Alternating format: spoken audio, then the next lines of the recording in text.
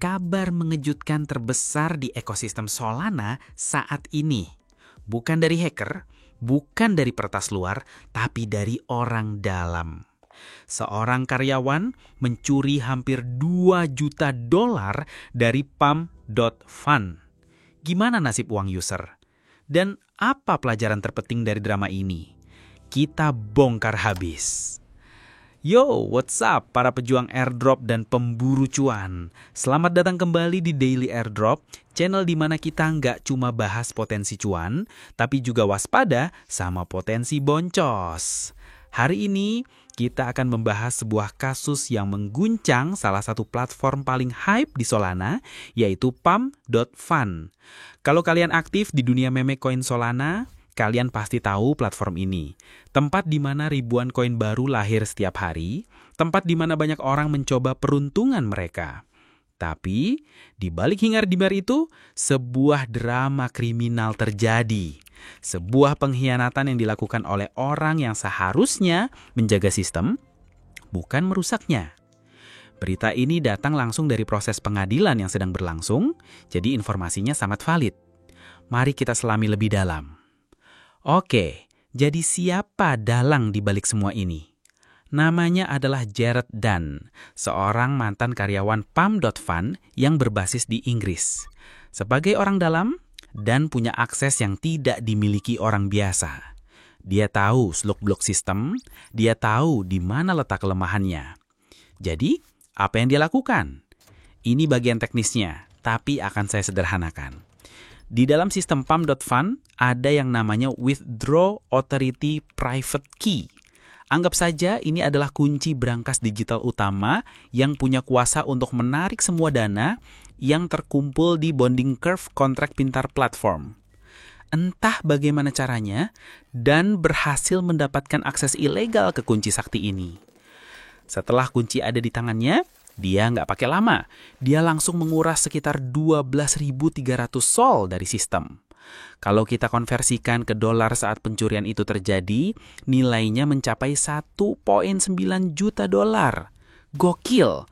Itu sekitar 30 miliar rupiah lebih. Raib dalam sekejap. Tentu saja, aksinya ini langsung membuat seluruh operasional Pump.Fun lumpuh total. Trading dihentikan, kepanikan menyebar di komunitas. Semua bertanya-tanya, ini hack atau rug pull dari timnya?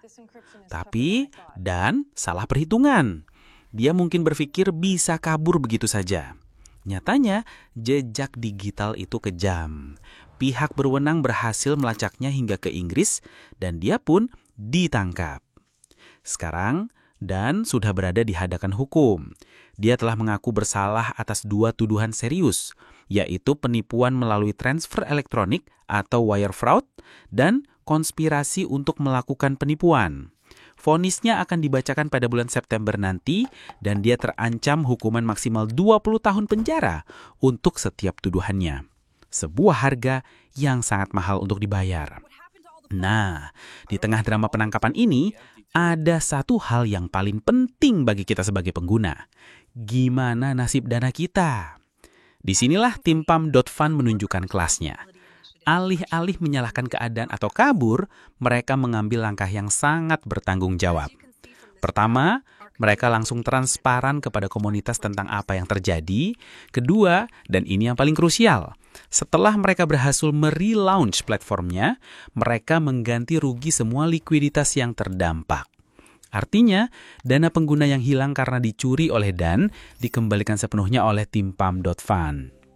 Ini adalah langkah yang sangat-sangat positif dan membangun kembali kepercayaan yang sempat runtuh. Salut untuk tim Pump.Fun. Oke, dramanya sudah selesai. Pelakunya sudah tertangkap. Dan dana user aman.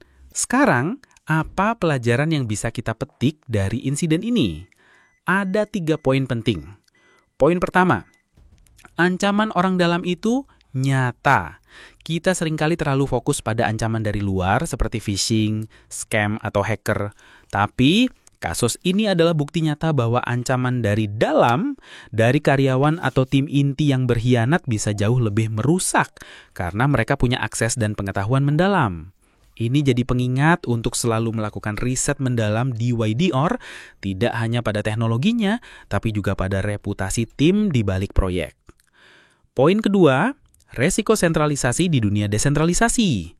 Meskipun Solana adalah blockchain yang terdesentralisasi, platform yang dibangun di atasnya seperti Pump.Fund masih memiliki titik-titik sentralisasi.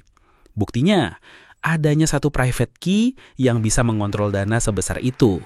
Idealnya, proyek-proyek besar harus menggunakan sistem multisig atau multisignature, di mana dibutuhkan persetujuan dari beberapa orang untuk melakukan transaksi besar, sehingga tidak ada satu orang pun yang punya kuasa absolut. Poin ketiga, kualitas proyek terlihat dari caranya menangani krisis. Ini yang membedakan proyek A dan proyek B. Saat terjadi masalah, apakah timnya menghilang, atau mereka maju ke depan, transparan dan bertanggung jawab. Langkah Pump.Fund untuk mengganti semua kerugian adalah standar emas yang seharusnya diikuti oleh semua proyek. Ini menunjukkan bahwa mereka peduli pada komunitas dan punya rencana jangka panjang. Jadi kesimpulannya, kasus pencurian $1.9 juta di Pump.Fund ini adalah sebuah roller coaster. Ada pengkhianatan, ada kerugian besar, tapi juga ada akhir yang cukup melegakan bagi para penggunanya. Pelakunya kini menanti hukuman berat, dan platformnya kembali berjalan dengan pelajaran berharga tentang keamanan.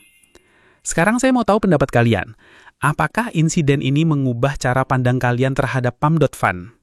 Apakah kalian jadi lebih percaya karena cara mereka menangani krisis? Atau justru jadi lebih waspada? Yuk, kita diskusi di kolom komentar di bawah. Saya akan baca dan balas komen-komen dari kalian. Seperti biasa, jika kalian merasa video ini bermanfaat, jangan lupa untuk tekan tombol like, subscribe, dan nyalakan lonceng notifikasinya, supaya kalian jadi yang pertama tahu setiap ada info airdrop, analisis, dan berita penting dari dunia kripto.